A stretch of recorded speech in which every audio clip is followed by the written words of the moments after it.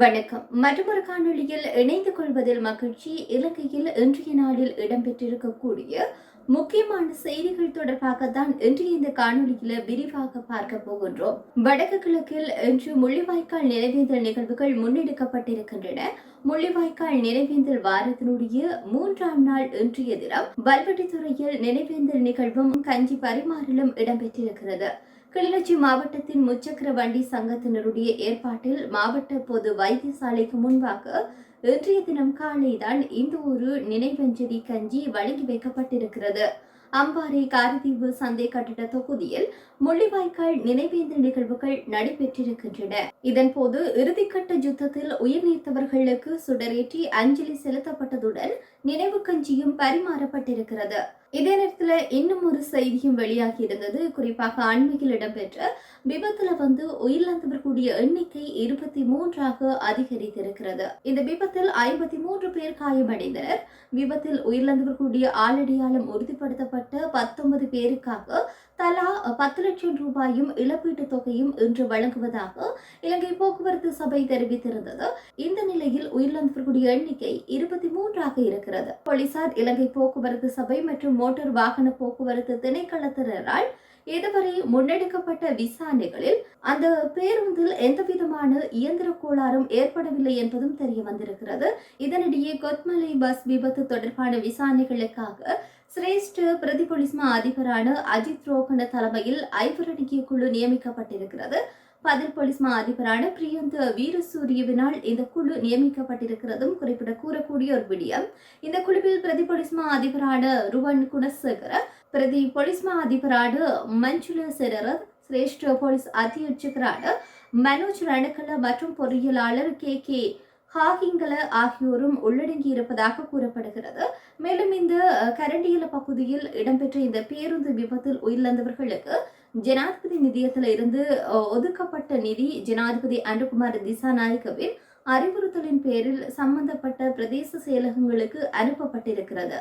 விபத்தில் பாதிக்கப்பட்ட ஒவ்வொரு பேருக்கும் தலா 1 மில்லியன், அதாவது 10 லட்சம் ரூபாய் நிதி வழங்கப்படும் என்றும் அந்த நிதி அவர்களுடைய குடும்ப உறுப்பினர்களிடம் ஒப்படைக்கப்படும் என்று ஜனாதிபதி அலுவலகம் தெரிவித்திருந்தது. இதே நேரத்தில் இந்த விபத்தில் படுகாயமடைந்து கம்பளை ஆதார மருத்துவமனையில் தீவிர சிகிச்சை பிரிவில் சிகிச்சை பெற்று வந்த இளைஞர் ஒருவரும் இன்றைய தினம் காலை உயிரிழந்துள்ளதாக கொத்மலை போலீசார் தெரிவித்துள்ளமையும் குறிப்பிட்டு கூறக்கூடிய ஒரு விடயமாக இருக்கிறது. இதன் அடிப்படையில் இந்த உயிரிழப்புகளுடைய எண்ணிக்கை 23ஆக அதிகரித்திருக்கிறது. இதே நேரத்தில் இன்னும் ஒரு செய்தியும் வெளியாகி இருந்தது. குறிப்பாக இந்த பதவி நீக்கம் செய்யப்பட்டுள்ள போலீஸ் மா அதிபரான தேசபந்து தென்னக்கோன் மற்றும் முன்னாள் பொது பாதுகாப்பு அமைச்சரான டிரானலஸ் ஆகியோர் பிரபல பாதாள உலக குழுவினுடைய தலைவரான கரகட்டாவிடம் 30 கோடி ரூபாய் பணம் கோரியதாக தகவல் வெளியாகி இருக்கிறது. சிறையில் தடுத்து வைக்கப்பட்டிருக்கும் கரகோட்டா வழக்கு விசாரணைகளுக்காக இன்றைய தினம் போலீசாரினால் நீதிமன்றத்திற்கு அழைத்து வரப்பட்ட நிலையில் அங்கிருந்து வெளியேறி செல்லும் போது ஊடகங்களை பார்த்துதான் இந்த கருத்தை அவர் சொல்லி சென்றிருக்கின்றார். பதவி இடைநீக்கம் செய்யப்பட்டுள்ள முன்னாள் போலீஸ் மா அதிபர் தேசபந்து தென்னக்கோன் மற்றும் முன்னாள் அமைச்சர் டிரானலஸ் ஆகியோருக்கு 30 கோடி ரூபாய் பணத்தினை கொடுக்காத காரணத்தினால் தான் தங்காளியில் தடுத்து வைக்கப்பட்டுள்ளதாக அவர் தெரிவித்தார். இவ்வாறு பணத்தினை கொடுக்காத காரணத்தினால் கோடி ரூபாய் செலவிட்டு தன்னை தடுத்து வைத்திருப்பதாகவும் கரகட்டா கூறியிருக்கின்றார். தங்காளியில் தொடர்ந்து தடுத்து வைப்பதற்கு மாதத்திற்கு 10 மில்லியன் ரூபாய் செலவாகும் என்று கரகட்டா தெரிவித்திருக்கின்றார். மேலும் வெளியில் சொல்ல வேண்டிய பல உண்மைகள் இன்றும் உள்ளன, அவற்றையெல்லாம் விரைவில் நான் வெளிப்படுத்துவேன் என்று கூட அவர் ஊடகங்களிடம் தெரிவித்திருக்கின்றார். இதே நேரத்தில் இந்த சிறையில் தடுத்து வைக்கப்பட்டுள்ள கரகட்டாவை விடுவிப்பதற்கு பேரம் பேசப்பட்டிருக்கலாம் என்றும் அது தொடர்பிலே கரகட்டா என்று இவ்வாறு கருத்தினை வெளியிட்டு சென்றிருக்கலாம் என்றும் தெரிவிக்கப்பட்டிருப்பதாகவும் கூறப்படுகின்றது. இதே நேரத்தில் இன்னும் ஒரு மிக முக்கியமான ஒரு விடயம் தொடர்பிலும் பேச வேண்டும். அதாவது ஆணையரவு தேசிய ஒப்பள ஊழியர்களுடைய கோரிக்கைகளை நிறைவேற்றுவதற்கான முயற்சிகள் மேற்கொள்ளப்படும் என்று கிளிநொச்சி மாவட்ட அரசு அதிபரான சுப்பிரமணியம் முரளிதரன் தெரிவித்திருக்கின்றார். இதன் அடிப்படையில் ஆணையரவு உப்பளத்தில் கடந்த 9 வருடங்களுக்கு மேலாக பணியாற்றும் தற்காலிக பருவகால ஊழியர்கள் தங்களுடைய பல்வேறு கோரிக்கைகளை முன்வைத்து கவனஈர்ப்பு போராட்டம் ஒன்றை இன்றைய தினம் ஆணையரவு உப்பளத்தின் முன்பாக முன்னெடுத்திருந்தனர். இந்த போராட்டம் இடம்பெற்ற பகுதிக்கு முன்னாள் நாடாளுமன்ற உறுப்பினர் முருகேஷ் சந்திரகுமார் சென்று போராட்டத்தில் ஈடுபட்டவர்களுடன் கலந்துரையாடி நிலைமைகளை கேட்டறிந்திருக்கின்றார். குறிப்பிட்ட இடத்திற்கு கிளிநொச்சி போலீஸ் விரைந்து ஆர்ப்பாட்டக்காரர்களுடன் உப்பள முகாமையாளரும் கலந்துரையாடியதை அடுத்து இந்த போராட்டம் கைவிடப்பட்டதாக கூறப்படுகிறது. இதே நேரத்தில் போராட்டத்தில் ஈடுபட்டவர்கள் தங்களுடைய கோரிக்கைகள் அடங்கிய மனுக்களை மாவட்ட அதிபர் எஸ் முரளிதரனிடம் கையளித்திருக்கின்றனர். இதனையடுத்து கருத்து தெரிவித்த அரசு அதிபர் கிளிநொச்சி அணிரவு உப்பள உற்பத்தி கூட்டு தாபனத்தில் பணியாற்றும் பணியாளர்கள் தங்களுடைய தேவைகள் மற்றும் குறைபாடுகள் தொடர்பாக மனு ஒன்றினை கையளித்திருக்கின்றார்கள். குறித்த பணியாளர்களுடைய கோரிக்கைகள் உரிய அமைச்சுக்கு அதனுடைய தலைவருக்கும் விரைவாக அனுப்பி வைக்கப்பட்டுள்ளது. இவர்களுடைய கோரிக்கைகள் நிறைவேற்றுவதற்கான முயற்சிகள் மேற்கொள்ளப்படும் என்று கூட அவர் தெரிவித்திருக்கின்றார். இதே நேரத்தில் இலங்கையில் சின்னம்மை நோயாளர்களுடைய எண்ணிக்கையும் சற்று அதிகரித்துள்ளதாக தெரிய வருகிறது. எனினும் இந்த நோயை தடுக்க உதவும் வெரிசெல்லா தடுப்பூசி தற்போது மருத்துவமனைகளில் கையிருப்பில் இல்லை என்று கொழும்பினுடைய ஊடகம் ஒன்று செய்தி வெளியிட்டிருக்கிறது. முன்னணி தனியார் மருத்துவமனைகளிலும் இந்த தடுப்பூசிகள் இல்லை என்பதை அதிகாரிகள் உறுதிப்படுத்தி இருக்கின்றனர். இப்படிப்பட்ட நிலையில் தடுப்பூசிகள் இல்லை என்பதையும் அதிகாரிகள் உறுதிப்படுத்தியுள்ளனர். இந்த தடுப்பூசி சந்தையில் 7,500 முதல் 9,500 ரூபாய் வரையான விலையில் விற்பனையாகிறது. சுகாதார அதிகாரிகளுடைய கருத்துப்படி பார்க்கிற போது அரசு மருத்துவமனைகளில் இந்த தடுப்பூசிகளுடைய கையிருப்பு தற்போது இல்லாமல் போயிருக்கிறது.